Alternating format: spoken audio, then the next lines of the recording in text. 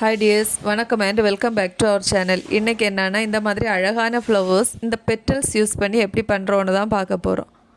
இந்த பெட்டல்ஸ் வந்து முதல்ல இப்படி ஒவ்வொன்றா பிச்சு எடுத்துக்கணும்.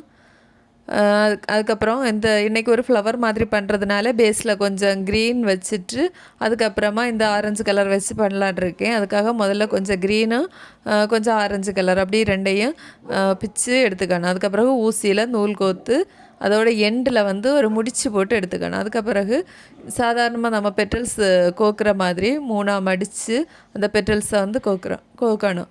முதல்ல க்ரீன் வந்து ஒரு 6 பெட்டல்ஸ் எல்லாம் கோத்தாலே போதும். இன்னும் நெருக்கமாக வேணும்னு நினச்சிங்கன்னா 8 கூட கோக்கலாம். அதுக்கு பிறகு அதே மாதிரி ஆரஞ்சு கலர் பெட்டல்ஸ் நமக்கு எவ்வளோ தேவைப்படுதோ அவ்வளோத்தையும் கோத்துடணும். ஒரு 6 பெட்டல்ஸு ஒரு 8 12 அந்த மாதிரி கோத்திங்கன்னா அந்த பூ வந்து ரொம்ப அழகாகவே இருக்கும் பார்க்குறதுக்கு. அந்த மாதிரி நமக்கு தேவையான அளவுக்கு பெட்டல்ஸை வந்து நாம் கோத்து எடுத்துக்கணும். அதுக்கு பிறகு என்னென்னா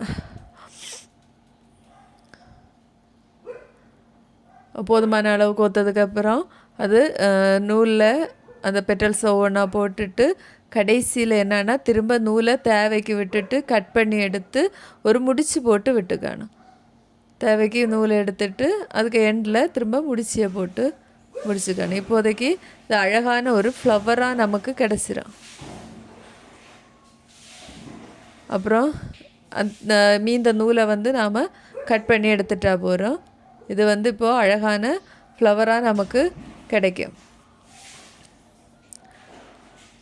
அப்புறம் இது என்னன்னா இதுக்கு ஒரு B7000 க்ளூ யூஸ் பண்ணி தான் நாம் ஒட்ட போகிறோம். ஒரு ரவுண்டு கேன்வாஸ் ஒன்று எடுத்து அதில் வந்து இப்படி க்ளூ அப்ளை பண்ணிவிட்டு அதுக்கப்புறம் அந்த ஃப்ளவரை வந்து ஒட்டி வைக்கணும்.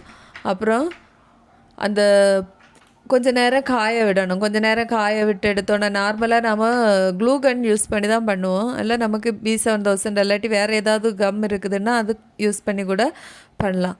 அதுக்கு பிறகு என்னென்னா இது காஞ்சதுக்கு பிறகு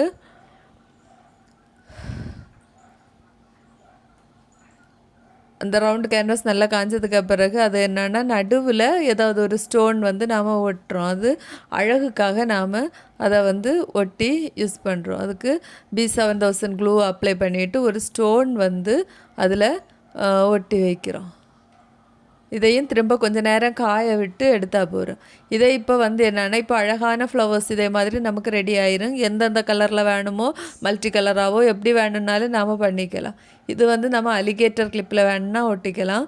இல்லை அப்படின்னாலும் B7000 க்ளூ அப்ளை பண்ணி கொஞ்சம் நேரம் விட்டு அதை ஒட்டி எடுத்தால் போகிறோம். நல்லாவே B7000 க்ளூ வந்து ரொம்பவே ஸ்ட்ராங்காக இருக்கும்.